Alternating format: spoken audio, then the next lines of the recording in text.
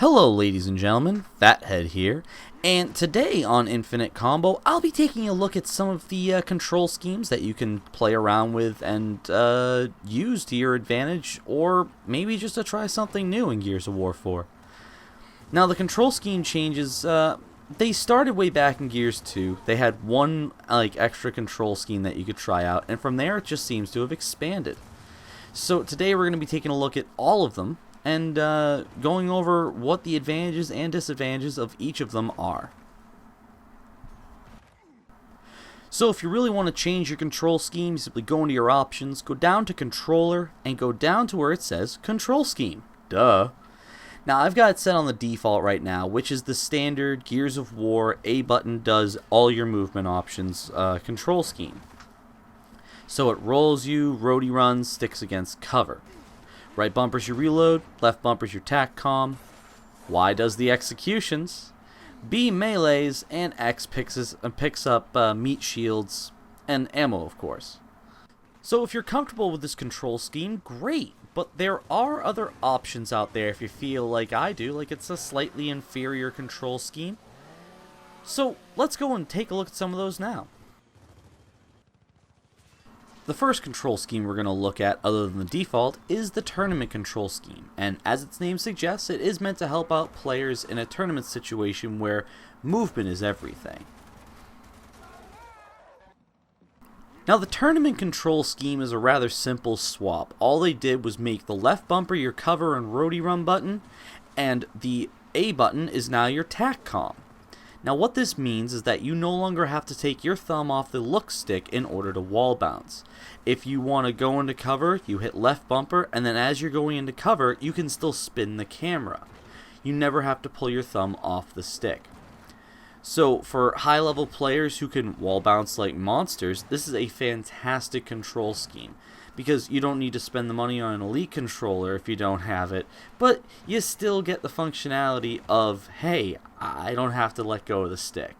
It's actually quite fun, but like most control schemes, you have to adjust to it.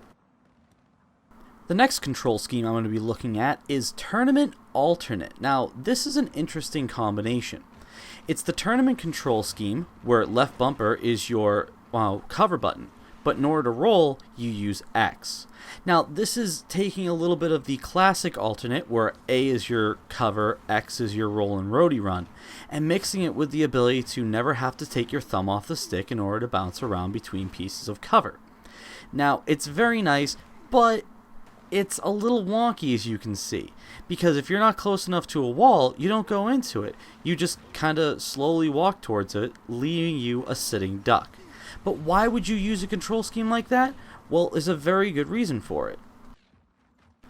You see, using the default control scheme, getting near a piece of cover, like trying to run around this particular corner here, presents a unique issue. Because the A button is not only your run button, but also your cover button, it thinks you're trying to stick to it. It sticks me about there. The other control scheme will let me run around it.